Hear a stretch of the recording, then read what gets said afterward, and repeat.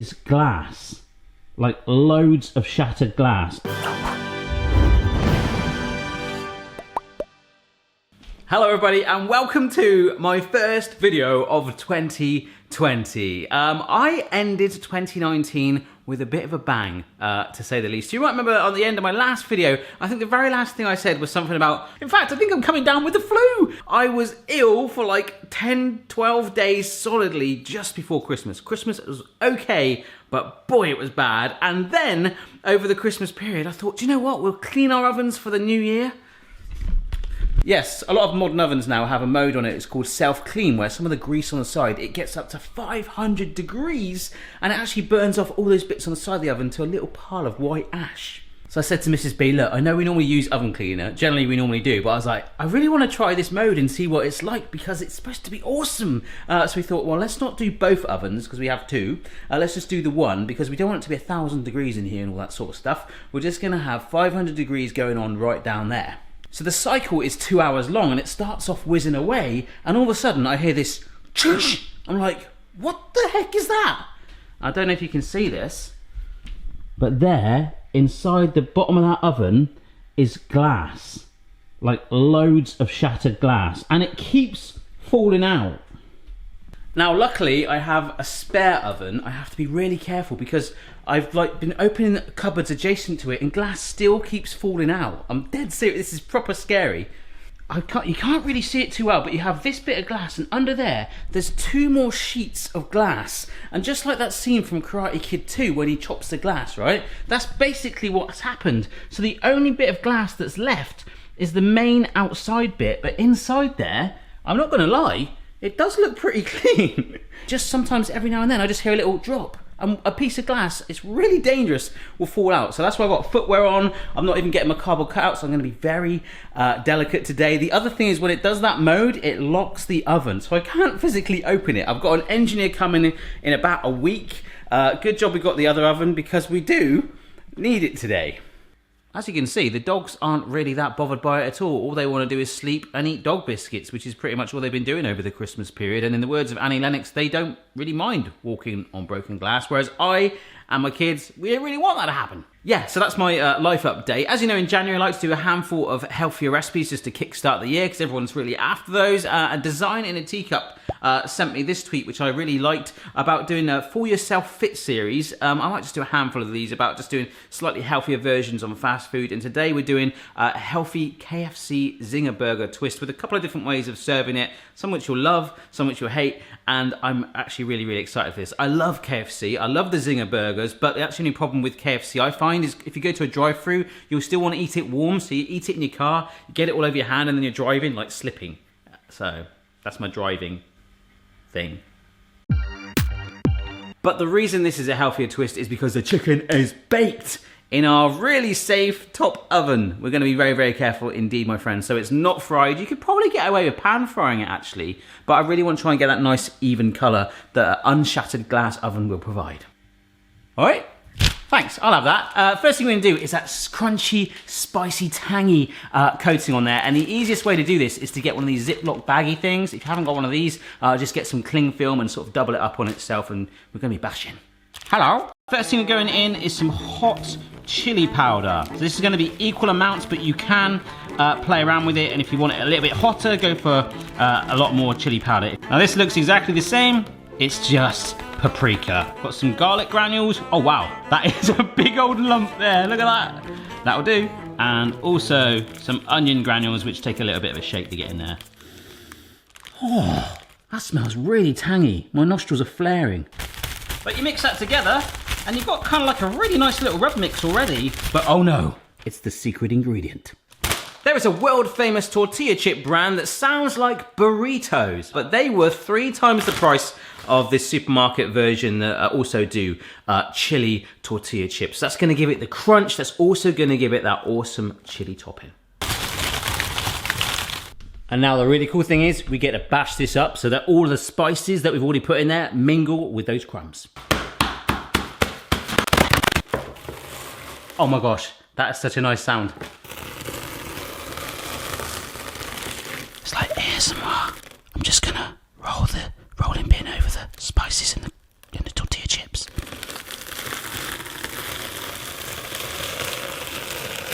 it's looking so good. Now, we grab our dunking station and our chicken.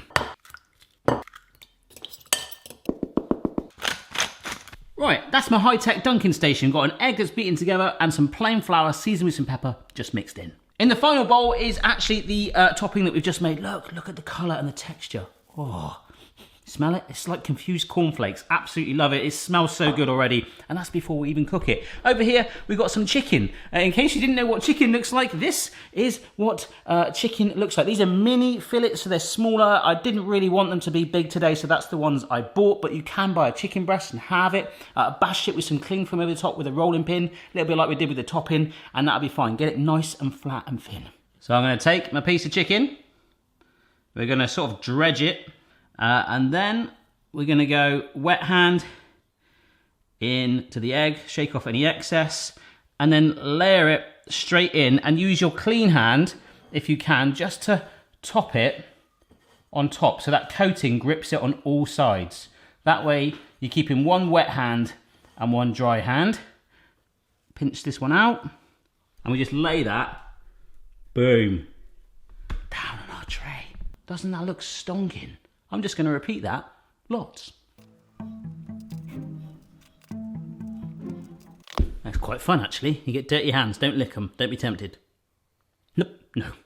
There we go, though. I was starting to run out of topping, but amongst all of that carnage, this looks blooming amazing. 160C fan, 180C non-fan gas mark 5. This one is basically Annie Lennox. Out of order, we ain't even going anywhere near it. I'm going to be very careful when I put it in the oven. Why am I being so careful? I don't know. And why is glass falling out of the other oven bit? I thought it was a sealed by unit. Anyhow, this is going in for 40 minutes in total. It's going to be nice and tender once it's done. About halfway through, which is 20 minutes, quick maths, we'll turn them over. All right, whilst that's baking away in there, a zinger tends to come with some mayonnaise. So I've gone for like a lower fat mayonnaise like that. But if you wish, you can have the zinger sauce on it. If you want to make that, this is how you do it. Ketchup, oh my gosh, 4 tablespoons of ketchup. This is a low sugar, low salt version. I'm gonna bring that mayo in now. So 2 big old dollops of that. Some vinegar, about a teaspoon. This is some sweet chili sauce. 1, 2 good squeezes of that. Back to the garlic powder, yes. Teeny pinch of salt and a couple of sprinkles of crushed chilies. And beat it together carefully so it doesn't spill out of the ramekin. There we go. All right. You sensational thing. Oh, just enough sweetness and tang and heat. Oh. Now, when it comes to the buns, there's so many options you can do. I've grabbed some wholemeal buns. I think the standard buns are normally sesame seed. I did some cloud bread on the channel. If you search for that on the website, that would be really, really good with it. I've also got 2 other options. One of them, I know the internet is gonna hate. All right, so the wholemeal bun, I'm just gonna go nice and easy through it, and we're gonna just toast that, okay? So the good thing is about toasting the buns is we can do them now, get them out of the way, and they'll be done. They can be cold. The chicken will keep it warm. All right, so that's been about 2 minutes. Yes, toasted, toasted. That will do nicely. Now here, this is what the internet's gonna hate. Yes, for our second option, these are some massive mushrooms. Portobello mushrooms that I've given a nice wash. Bit of spray oil on there. Wax on. Inside as well. Now why am I saying the internet's gonna hate this? Because it turns out, whenever I even mention mushrooms, people either love them, I am in that club, but it seems like 80% of people hate mushrooms. I love them. Now these, baked in the oven with the chicken which are about to go, will soften up and actually become replacement buns. That's going in there. About 20 minutes on the mushrooms, if you want to do that. I know 20% of you would do it. So yeah, another 20 minutes for them, and for them, and we'll be ready to go. Oh, it's ready, guys. Oh, those mushrooms, just like burger buns. Oh my gosh, those mushrooms have literally halved in size. Wow. Oh my word. You see how hot that is? The crunch and the tang and the heat from that, and the chicken is super tender. That is phenomenal. Right, here's the 3 ways we're gonna serve it. Okay, this is our wholemeal bun. It seems to be that the mayonnaise goes down first from the images that I've just looked at online. And then we get some lettuce that I've just washed. And I'm gonna sit not one, but two of the Zinger pieces. Oh wow, I love the color contrast on like that. And I know you don't generally tend to do it, but I just don't like buns being too dry. So I'm gonna just put a little bit more mayo on there. And stick that right down on top like that. There we go. Oh, that looks amazing. I've never actually had one like that in a proper KFC. So the other idea I had was kind of like a naked one where you use the actual lettuce as the bun, okay? I think for this we'll put some of the Zinger sauce in there as well. Yeah, so say this is a little bit different, but I just figured that might be like a different option, just if you want it to be like super healthy and have it in sort of like a lettuce bun. You know, it's very healthy. A lot of people do it, lettuce buns, but I couldn't really think of any other way to jazz that up. I feel like it needs the two-tone though of the different sauces on it just to bring it to life a little bit. There we go. I've eaten worse. You know that, I've eaten worse. And last but not least, our peppered mushrooms. These are super soft and wilted now. Don't know if this is going to take the weight of two, but I'm going to try it. Oh my gosh. Just about. We stick the other mushroom lid on the top. So that looks like more like an oyster shell.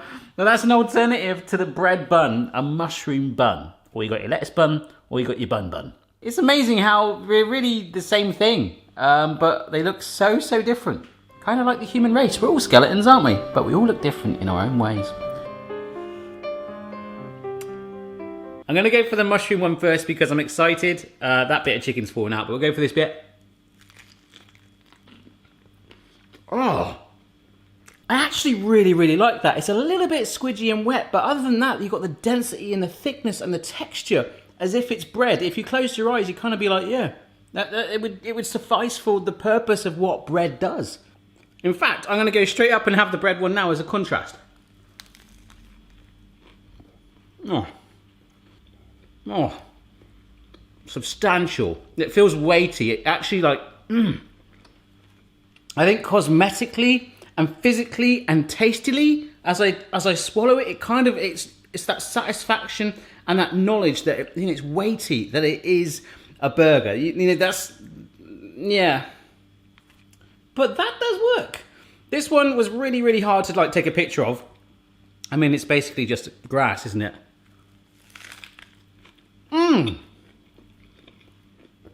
Wow. That was actually really nice. The lettuce bun had kind of like a refreshing lightness and a crunch to it, a snap that obviously didn't get from the mushroom burger and the weighty bread burger bun.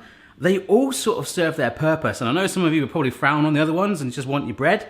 That's fine. But as a healthy option, I think they're blooming stonking indeed. I tell you what, bake some cheese into that mushroom bun as well. Like grill it just the last couple of minutes just to melt it through. I actually prefer the mushroom bun. Shock horror. And ultimately, we survived Ovengate. Well, thank you so much to Design in a Teacup for suggesting this playlist, the healthy spins on fast food. If you do like this concept, maybe we'll pepper, food pun, a few more through January. Do let me know down below any things that you would like to see. And remember, there are some healthy other twists on the website already. The cloud bread, I think, would go well with this. So play around with it. Don't play around with your oven. And Happy New Year. See you soon. Check your level, player. No matter what your style, the kitchen's for me. Simon's moustache, goatee, maybe all three. Just trying to turn my camera on. I broke the wet hand, dry hand rule, folks. This is what happens when you do that. The good news is I managed to fluke it with the amount of chicken I needed. It was just enough. Let me show you. I'm going to clean my hands first and try and turn the camera off. Oh my gosh. I'm going to have to do it with my tongue. Sorry.